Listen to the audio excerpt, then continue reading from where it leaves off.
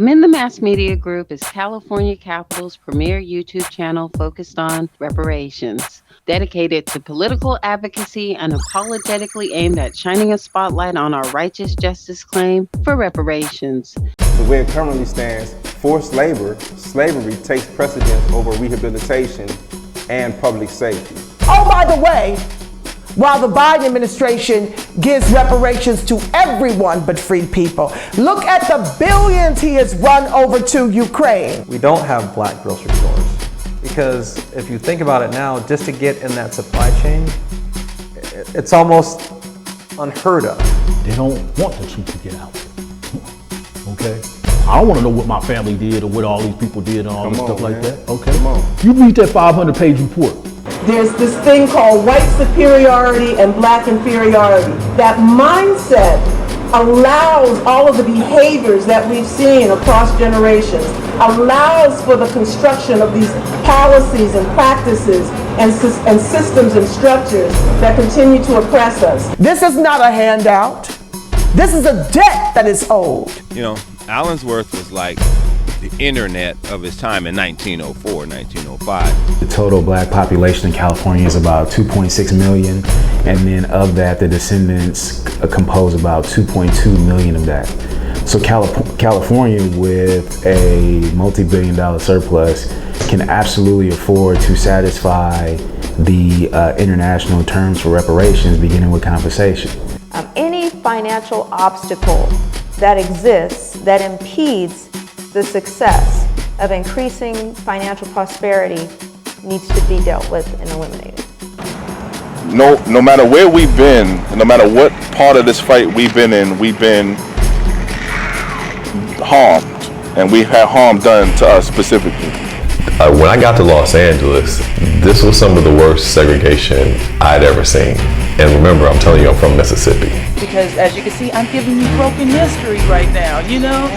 But I had to give it to you guys today. I said, no, I got to show them this because it's so precious and nobody really knows about it.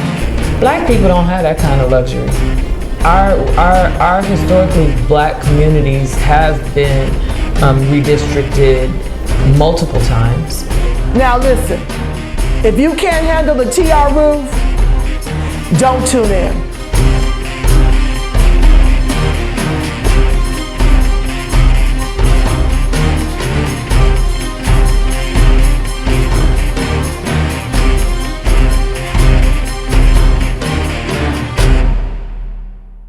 We do show intros, show outros, voiceover, script copy, 15 and 30-second promos. Check us out at etnmediagroup.com. That's etnmediagroup.com for more info and updates and to get involved.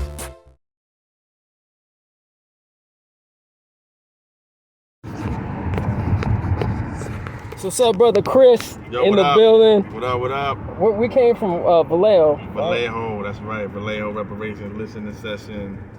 Dope listening session. Shout out to the whole Vallejo community.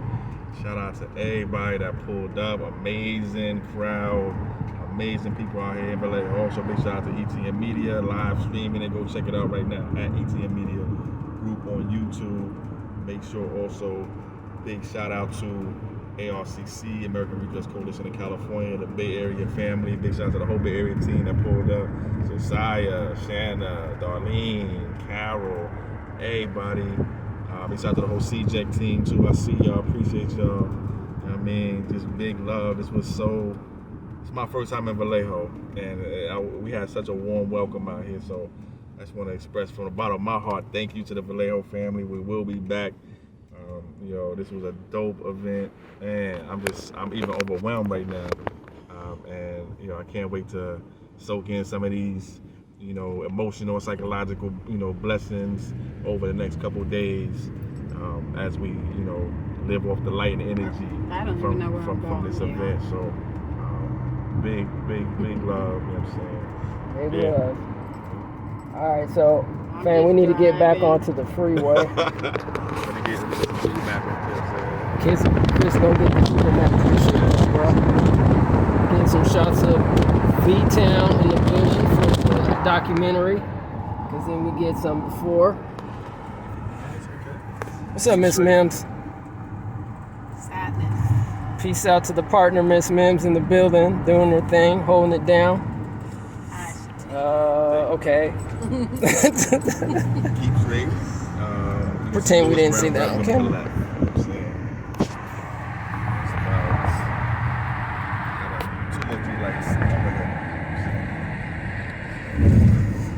Yeah, Vallejo.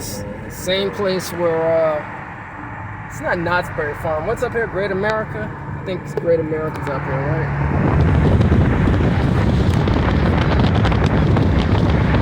Yeah, they have Marine World, but what's that other? It's Great America. I think it's called Great America. Yeah, the amusement park. Six Flags. Here we go. Thanks, bro.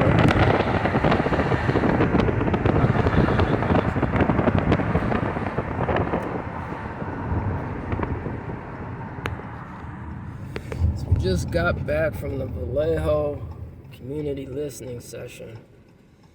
Great build with the family. Yeah. Dope. Man. That was a dope build. Like, the people, we got a lot of great testimonies. You know what I'm saying? So who is, I know there were a couple of highlights, man, but from your opinion, can you give some of the highlights from the Chris Lodgson? From the testimony, yeah, absolutely. I would say some of the younger folks, right, who gave testimony about their college experience and some of the experience growing up here in Vallejo, living through the school system. I would say the brother who did 19 years, who testified. I would say the last sister who talked about, you know, her experience as, you know, a minister, a pastor, you know, and a person of faith. I think those were probably the ones that stood out to me the most. You know, the brother that talked about, the two candidates for office. You know, big shout out to them. So we're gonna make a left at this light up here. So yeah, that was my highlight. I mean, but you know, I mean, everybody added something to it. Everybody added to the testimony, to the stories. And so what was the store? The shop was called Liddell's, was that right? Liddell Shoes, yeah, black okay. owned. Big shout out to. So we worked for this event with Vallejo together, Dr. Kirby Lynch. Big shout out to Kirby, just amazing. Local, born and raised in Vallejo, grassroots organizer, also academic. Out of UC Berkeley, bringing that knowledge and them skills back into her community that she grew up in, and just doing amazing work out here. And then her mom owns the shop called Liddell Shoes, 301 Georgia Street. By the way, make sure you patronize black-owned businesses. Yep. Specifically, Liddell Shoes, 301 Georgia Street. Shop right onto California 29 North Sonoma Boulevard. You make a Signs right California at the 37. light and get on 27. That's the highway. So I got another question. So Yeah. just imagine from California 29 North. So you got it, Kim? What we doing? 29 right here. Yep. Take a right here and follow this joint. Let's see. We trying to get our way home right now, so pardon it. Sacramento folks I know, trying to find trying to make our way back up to Sacramento after a long, hard day. Great work. And you go on. Oh, here we go, Take this Sacramento. right here. Yeah. 37 East, boom, and then I'm about 50 minutes to the home. That's dope. That's like shit. That's dope. Yeah, no time. Heading back to Sacktown.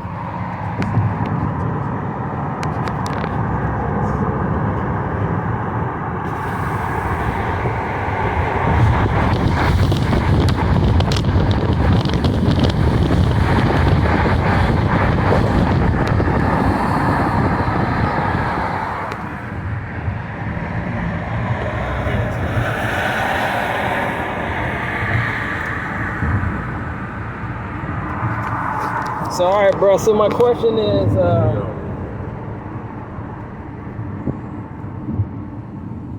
right. So since from when we first started, bro?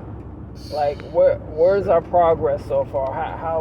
What's your assessment so far about the work that we all been putting in, bro?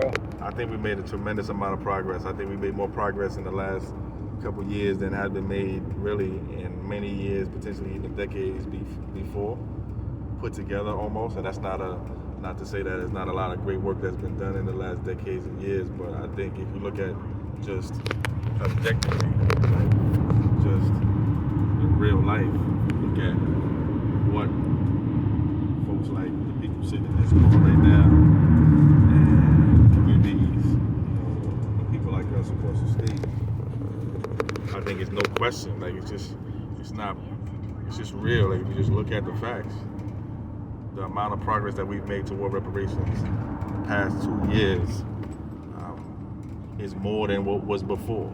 That's just a fact. An amazing amount of progress, and we was at ground zero with it, like, when it was just getting started over these past couple of years. So a lot of progress. There's a lot of progress to be made, of course, but I'm very proud. I'm really humbled to even be a part of it. You know what I'm saying? I don't be bullshit when I say that. Like, I'm very humbled to be a part of, even to be a part of the work that's going on, and I feel lucky. So, like, when you talk about, like, our great ancestors like Queen Mother Moore and Cali House, especially during, the Cali House time, do you think it was because just of the amount of racism and I don't even know what else to put it, just the amount of lift that they had to do at that time? Do you think it was just more overt, where today you think, it's just timing and people are a little bit more accepting to the idea of reparations for black people? I think it's probably so. Ish. Well, let's put some respect on Cali House in them, because they had their organization, right, the Ex-Slave Pension and Mutual Benefit Association, in the late 1800s, had hundreds of thousands of members. So, like, that's still the largest reparations movement ever, still. Right, hundreds of thousands of members. That's still the largest reparations movement ever. They also had national reparations bills. There's at least 2 bills, I think, that they had. So again, the largest, come on, man. What the hell? The largest reparations movement ever, and really more federal reparations legislation than we've seen in the past 30, 40, 50 years. To be honest with you, we've only had one reparations bill in the past 30, 40, 50 years. So I would say, now to your question, they faced, and specifically Cali House and her team, they faced, like the feds was on them. Like, the feds came after them. Cali House was arrested, jailed. She was thrown in prison, jailed. So they faced some things that we haven't faced, potentially yet.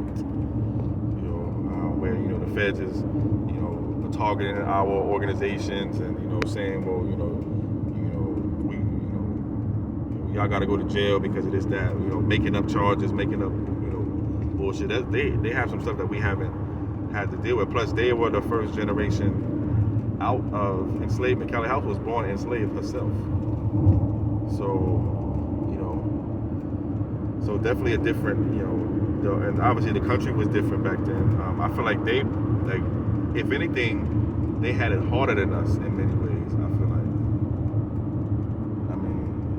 I feel like they had it harder than us, and I think they will be proud of the progress that we've been making, though, and I think they will be glad that and happy with us. I think they are glad and happy with us that we are actually doing and picking up their work and making progress, right? It's a thing about, like, are you doing something, but are you actually being effective? Are you actually making progress? Are you actually getting things done? And two of the most important pieces of legislation, I think, for black people when we look back at it, specifically those of us who descend from U.S. slavery, in the past 2 years have been done by people sitting right here, right now, like talking right now, and a part of this right now. That's the California Reparations Bill, AB 3121. Never been done before. Done by us and the people around the state that's in our community that was a part of it. And SB 189, Section 14. That's the bill to finally start collecting information specifically on those of us who descend from U.S. slavery. Never been done before. So two of the most important things that never been done before. I think when we look back, it's hard to look at it now and be like, oh, well, you know, this is so important, blah, blah, blah, blah, blah. And really, we don't be looking at it like that. When we're looking at what's the actual impact on our people. So we're not, you know, bigging ourselves up and, you know, patting ourselves on the back just to do that. But I think when we look back and when our people look back, they're going to say, damn, like, those people made progress for us. And at the bare minimum, we can build on the progress. Even if we stop now, of course, we're not going to stop now. But if we stop now, like, the people that come next will have at least what we did. And then they could build on it. You know what I'm saying? So, and just FYI for if I ever put this up or if you're watching this, Chris, everybody, it's dark. Oh yeah. And I'm doing this on purpose. And I'm dark too. I could shine the light on my brother Chris, but I'm not going to do that. So I don't care what you guys have to say for the people who's listening. I know you guys might say, well, what's up? Why don't you guys get some light on the subject? Just listen. Sit back. Sometimes, you know, I'm the black folk and everybody else. Y'all just, you know, everybody's got to do everything like high-tech professional all the time. You know, it's like, man, what, you guys don't got that in 4K going in the car? No, sometimes you just got to sit back and relax and then just listen and enjoy the conversation, you know? You know what I'm saying? Catch it real. It's like we always got to have like Hollywood production. Oh man, you guys don't have fireworks in the background? Man, like, what the heck, man? Nah, we got real life in the background. You know what I'm saying? So this is what's it, you know, just having conversations, just talking, you know, telling our truth. Right, Miss Kim? Came out about, I think we're looking for 80 east and about 12 miles. We're gonna be veering left. Stay on 80. It's gonna be 80 east. Yeah, man, we got about 45 minutes left.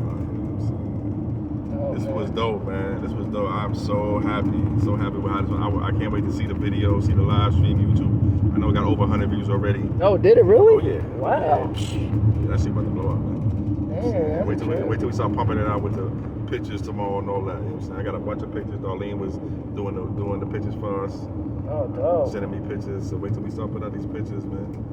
Man, I remember at one point we was even getting like anybody on our platform. At one point we was like, man. You start and y'all then just you help grow. us out. You know what I'm saying? You start and then you grow. You know what I'm saying? Yeah, hopefully we'll get to those 1,000 views, bro, because almost there, bro. We're almost man. there. Trust me, man. You trust me.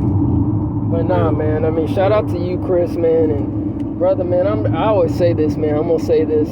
You know, I don't know if everybody's listening, but I'm so proud, man, of Chris, man. Like, I mean, just from where we've been, man. I remember the first time, man. Chris was speaking at my cousin's. Was it in that same spot we went to last Saturday?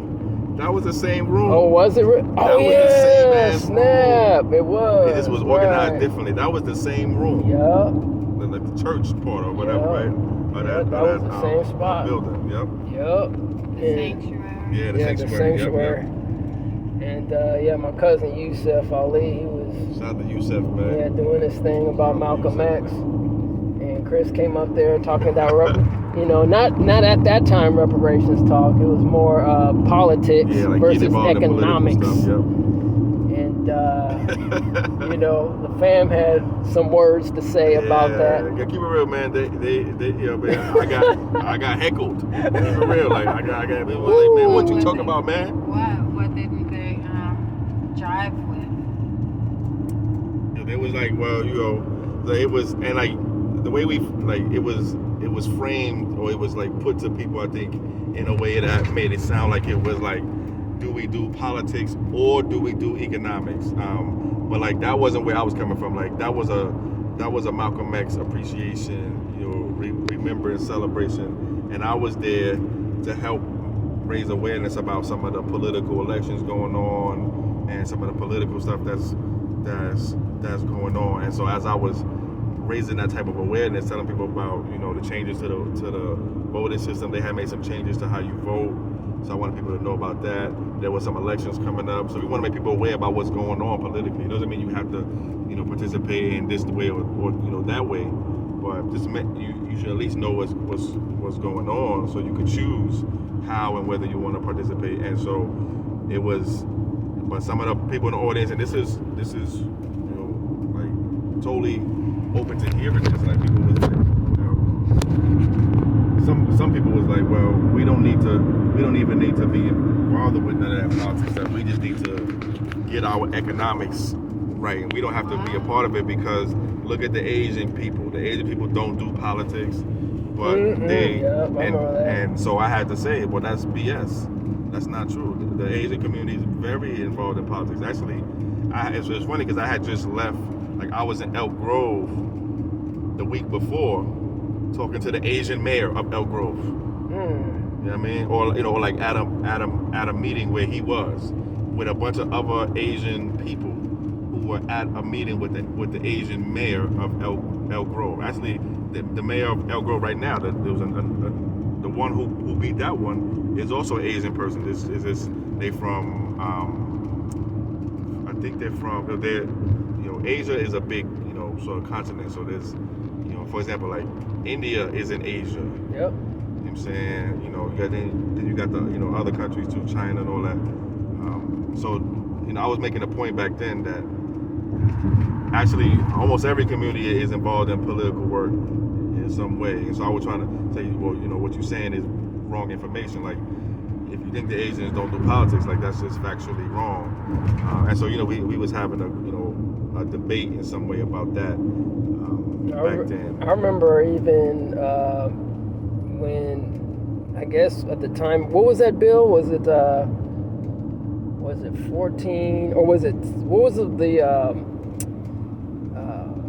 what were we talking about? Was it 1604? No, not 1604. Which was the bill back in the day? Well, I'm talking about back in the day. It was only like last years ago, where I think it was Prop 16, or was the bill for Prop 16? I can't remember what that was. Prop 16. So that was, I'm not sure if that was around that time. That was a little bit before Prop 16. Yeah, there was a bill though that we were fighting for before Prop 16. I was about to say it was probably that bill, but that was right. That was that before Stephon Clark got killed in Sacramento, or after? Yeah, no, I think it was whatever bill eventually that became Prop 16, because I remember.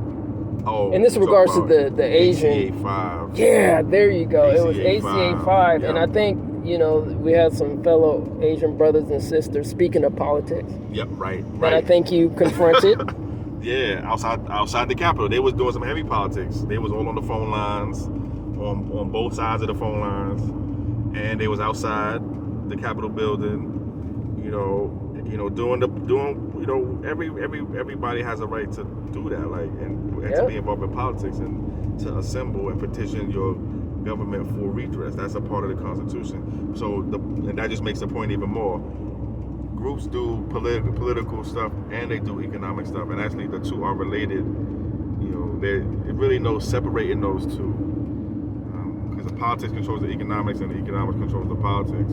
I think we all learned that very well over the past few years. So, but what, like, from what you can recall from the conversation with them, because they, I think, opposed it, right? So why would, you know, a quote unquote minority group want to oppose something that I would think benefited them? So good. Or does it? Yeah, I guess and I so don't let's know. tell people what ACA 5 was too. That was Assembly Constitutional Amendment 5, ACA 5.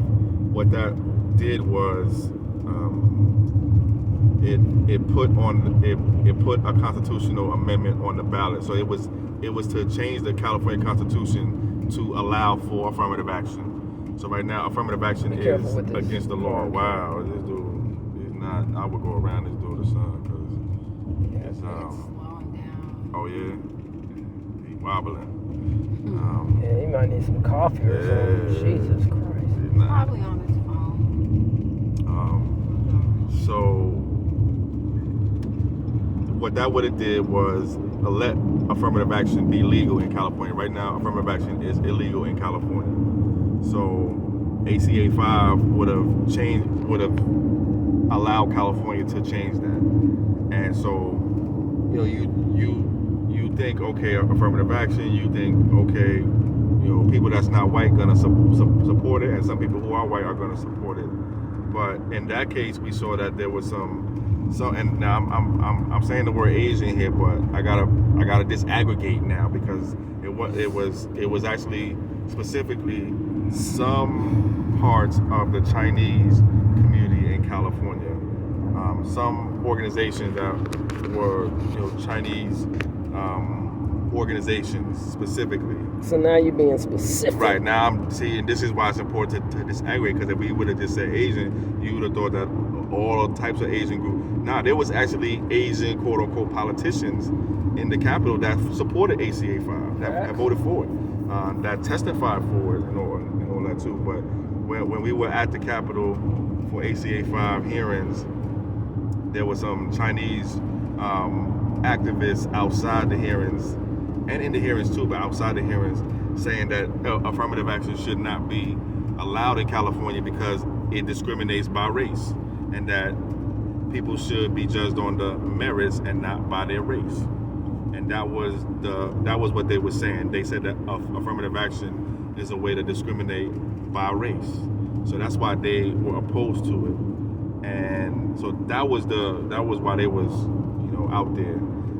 They lost that fight for ACA 5 because ACA 5 eventually passed and then became Prop 16. Prop 16 then went on to fail though. So Prop 16 was a ballot measure that said to California, do y'all want to allow affirmative action in the state of California, yes or no? And you know, almost, you know, 60% of California said no. So affirmative action is still illegal in California now. Yeah. Their big focus was on the UC system, if I remember correctly. Yep.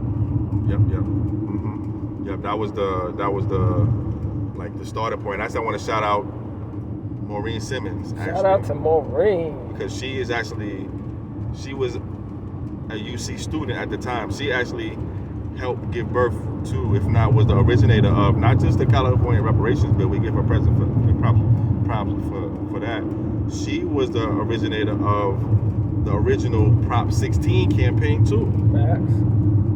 She don't get a lot of light for that, but she was the originator of that too, and because she was a student there, and she saw that there wasn't no black people at the school, and so she wanted to do something about it. But because right now affirmative action is illegal, so you can't say, I want to bring more black people into the school, so let me admit more specifically black people. You're not allowed to do that. That's what we were saying.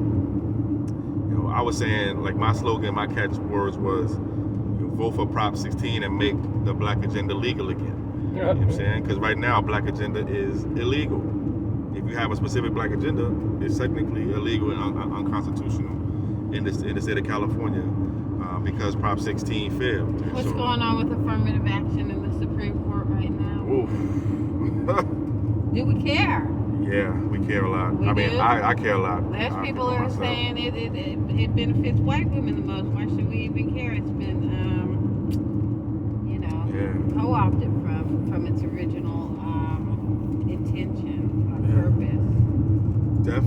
It's definitely not worked. Affirmative action has definitely not worked. It's actually absolutely, I think, been co-opted and been hijacked. And I think there's a lot of evidence to show that the beneficiaries, the people who benefit the most from it, is not us. And actually, some white people benefit more than black people for it. But to your, so I think you're right on that for sure. And to your question, the Supreme Court has two cases. Now this is the United States Supreme Court, has two cases in front of it now that it's deciding on. That's gonna answer the question. So right now, and this is specifically for schools. Schools can use race as one of the criteria for admitting students. That's my understanding right now. The Supreme Court decided back in 2003, actually. 2003. Funny and shit, I was actually in D.C. when the Supreme Court made this decision. I actually protested in D.C. in 2003 at the U.S. Supreme Court for this decision. I think it's called the Bollinger case, or like a University of Michigan case where the Supreme Court back in 2003 said that colleges and universities can use race. They can use race as one of the factors, not the only factor. So you can't say I want to bring people in because they black, but they can use race as one of the factors. And so that's like a skinny affirmative action, right? But that's been challenged, and so those challenges have made it back all the way up to the Supreme Court, and the Supreme Court has decided to hear and argue and decide on whether even that skinny affirmative action is legal. Meaning, can you allow any type of race in any type of government program at all? So that's what the Supreme Court is gonna decide. And so I have to think more about it, but my general thoughts now is I'm very interested in this for a couple of reasons. One, because I think all of us want to be able to use race, right? I think all of us want to be able to say, like, yo, this is for black people, or black people who descend from U.S. slavery, right? We're going with lineage these right, days. Right. But I think like if we had the choice between being able to use race and not using race, like I would definitely use race. I think we want that option. We don't want our programs that are for race to be hijacked and co-opted, though. And that's true too. And that was done that wasn't done by the courts, though. That was done by politicians and people who designed the programs. So we got to make sure that don't happen. But I think, like if we had the choice, like I would say, we don't want that to go away. We don't like even the skinny. I mean, it helps everybody except straight white men. Right, but the question here is, can we say, so right now, for example, colleges can say, right now, at least my understanding is, colleges can say, we want black people. Okay, then where were all the black people when Maureen was looking for them? And then, but that has to be done in addition to other criteria too. Now, California though, and this is the thing, California is different though, because California has its own no affirmative action rules and laws that are stronger than the federal ones.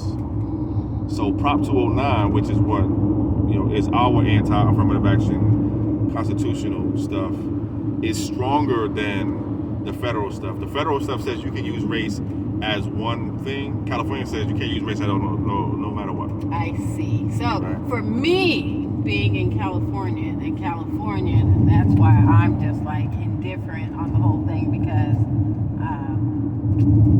I have to operate under different regulations anyway. Yeah. That makes sense. And I totally understand. Like I said, I have to think more about this and think more through it. But that's the first sort of general thought I have, is that I would rather have that as a weapon on the table than take that away. So if we take that away, that ain't helping either. Right. Like I said, I guess since I'm out here in California, the belly of the beast, it doesn't apply to me anyway. Right. So. Right. Now here's the other thing that I'm thinking about too.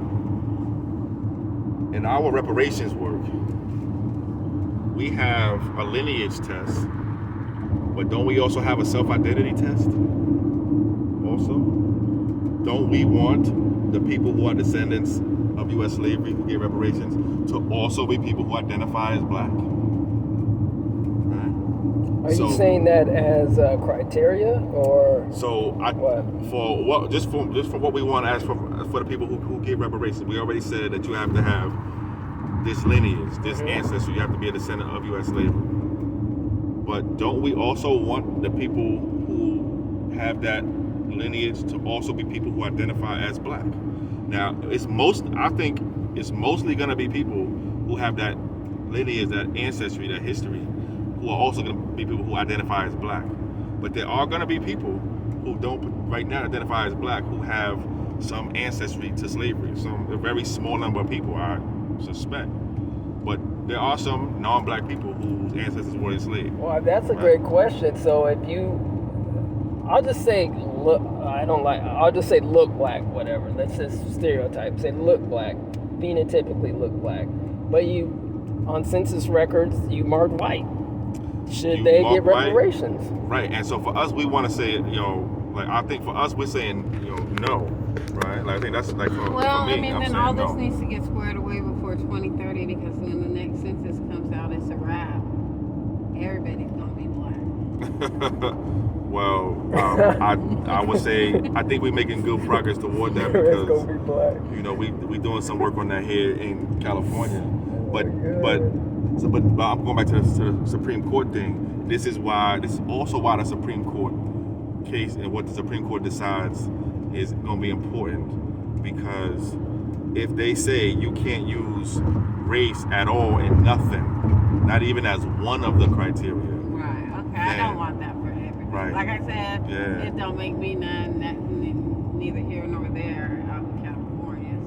So that'd be funny. Kind of piggyback off what you're saying. If everybody was black, so we would go from what 13 to 80%. I know everybody, right? Damn. No, but seriously. Well, hopefully our distinction will be on the next census. Is the hope, but that's the hope. That's the work. That's the work, man. Shout out to the national people doing that. But like work. I said, there needs to be some movement at the federal level, because I think more people are going to start self-identifying as black that didn't in the past. Yeah, I think you're right. You know what I'm saying, and I think the census is like, I expect the census in 2030 to have a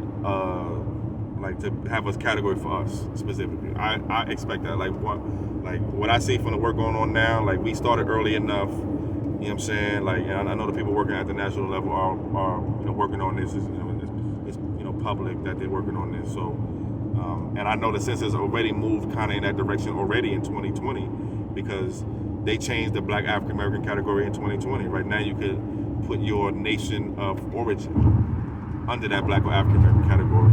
So like if you come from Nigeria or come from Barbados, something like that, you can say that on the census now.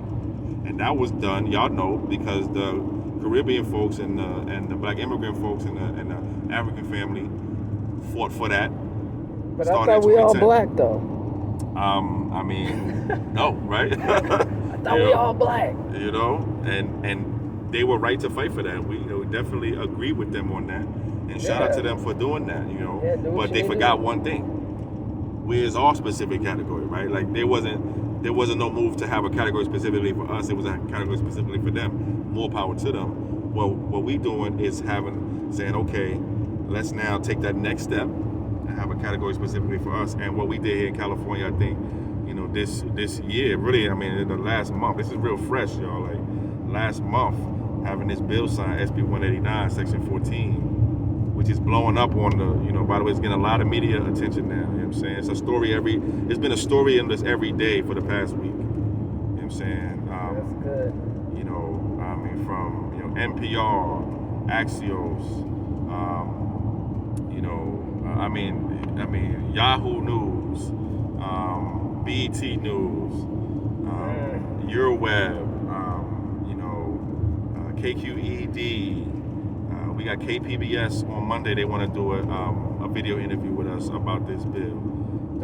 The video that we did on TikTok is viral. Got 10,000 views on TikTok. Wow. Yeah. You know what I'm saying? People doing their own videos on it. You know what I'm saying? Getting thousands, tens of thousands of views. It really hasn't even sunk in yet for me. Like I said, it's going to take me probably the next year to even after we start to actually implement it. It probably gonna hit me, but I think this is a good example for the federal government, because now the people working at the national level can say, "Yo, California did it. This other state about to do it. I ain't gonna say which state. This other state about to do it. I ain't gonna say which state, right? Why? But there's more coming. Because I want to, I don't want to, for the people watching, you know what I'm saying. I want to let them work. Recording? I don't know. Yeah. I'm so I've been recording. Yeah, you know what I'm saying. But there's more coming. So I think it's only, and oh shit, by the way. So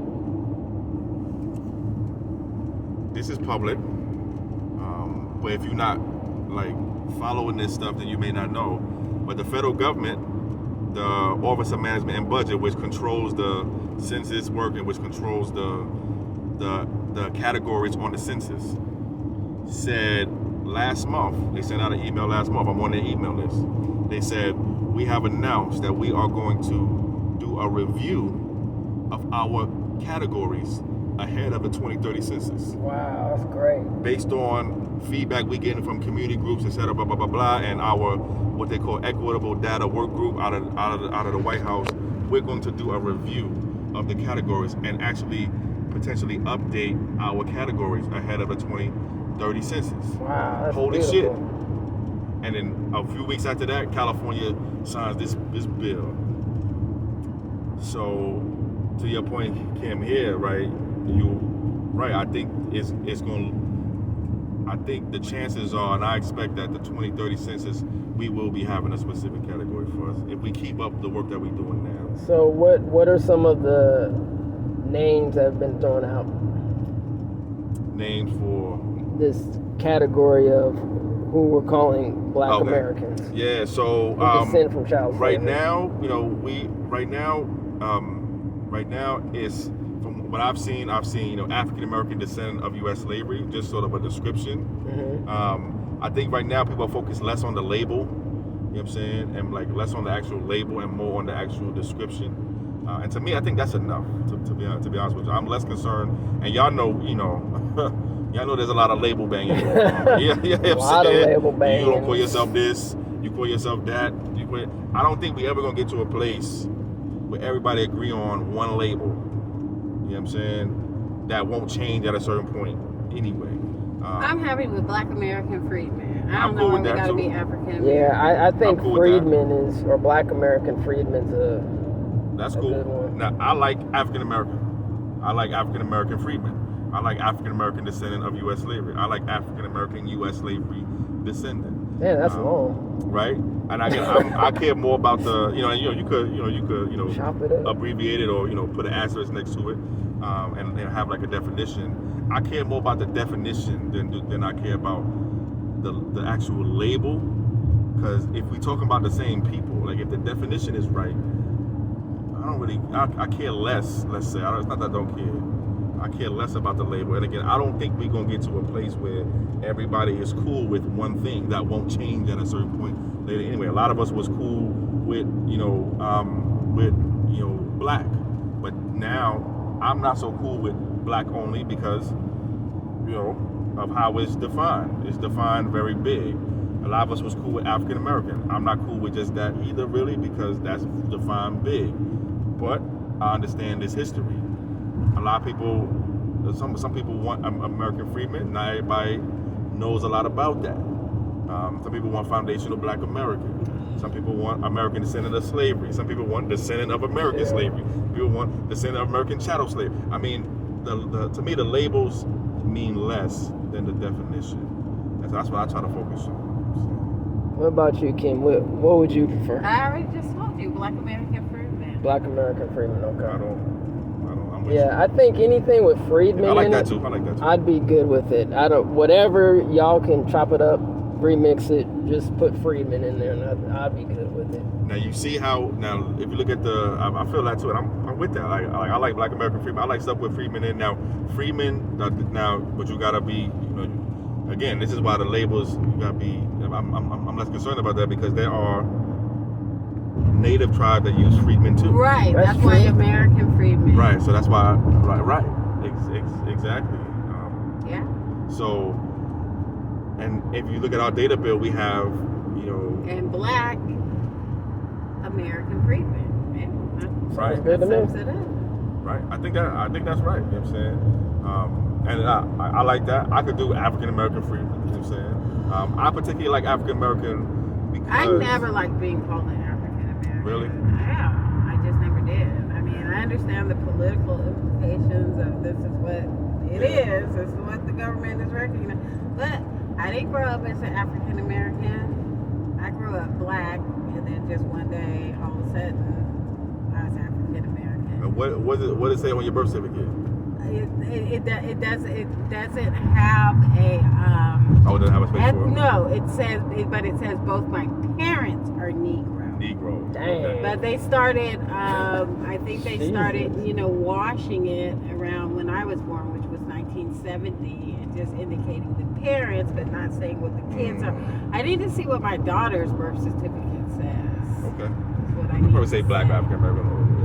And now, the federal government doesn't make no distinction between black or African American. It says black / African Right. American. So I don't know how one's an ethnicity and one's a race. Because I think part of it because because black, so black, black, white, right, Asian. These are and this goes back to the organizations that we were talking about, the Office of Management and Budget, the people who created those categories. Right, but you just said there's no distinction between African American and They black. don't Yeah, the make no government distinction at doesn't. all. Yeah. But they also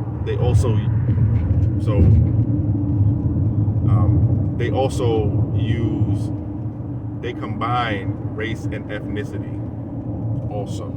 So that's partly why they don't make no distinction between it, because and the definition, quite honestly, is it's Who else sloppy. has race and ethnicity combined?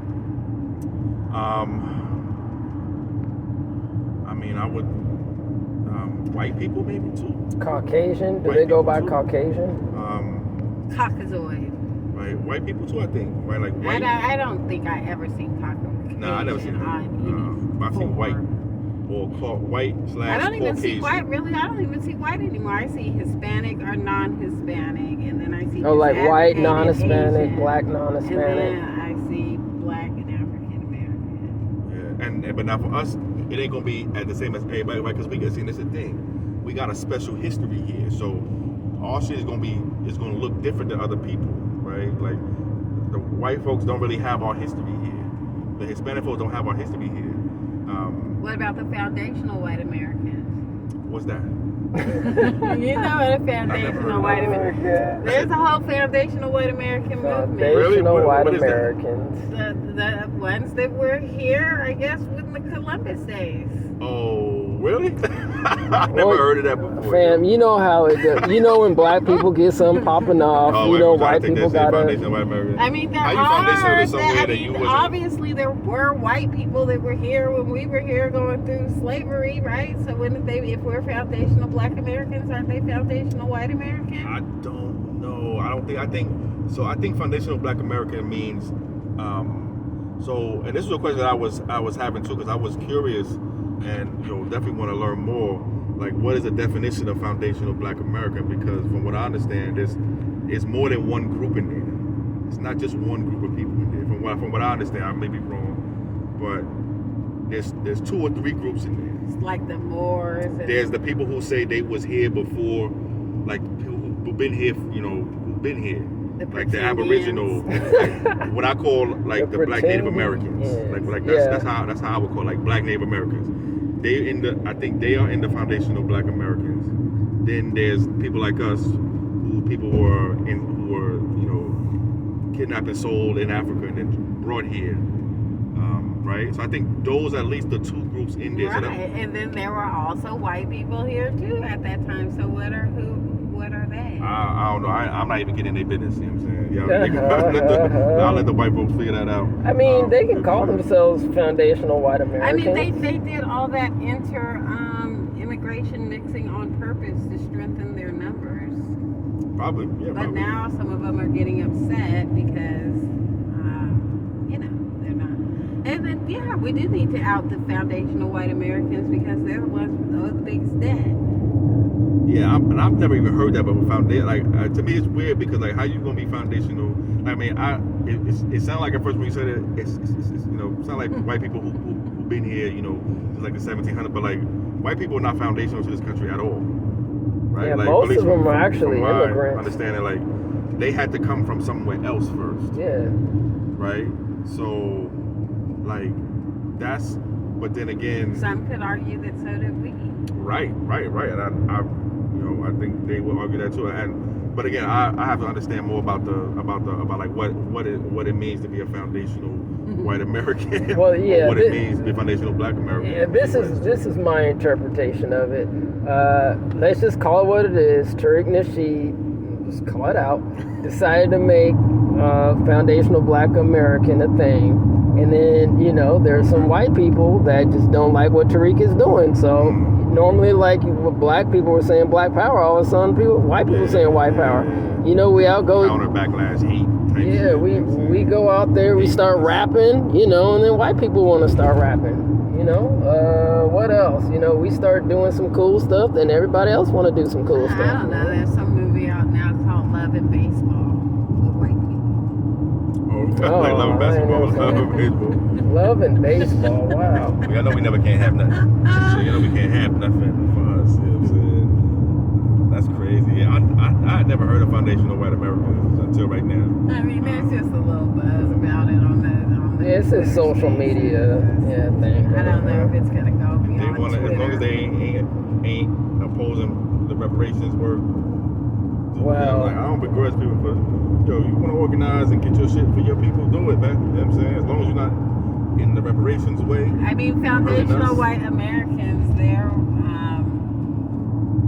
the slaveholders.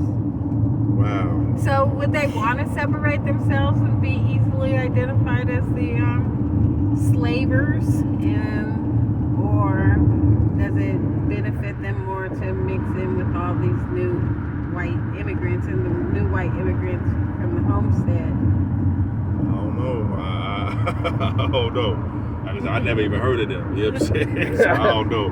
That might be a good question that there for was them. somebody, lording over the slaves, so they were here at the same time we were. True, yeah, but those people were immigrants too, like, you know what I'm saying? Like, those people were, like if you, the country was founded in the 1700s, 1776, 1789, all that. So,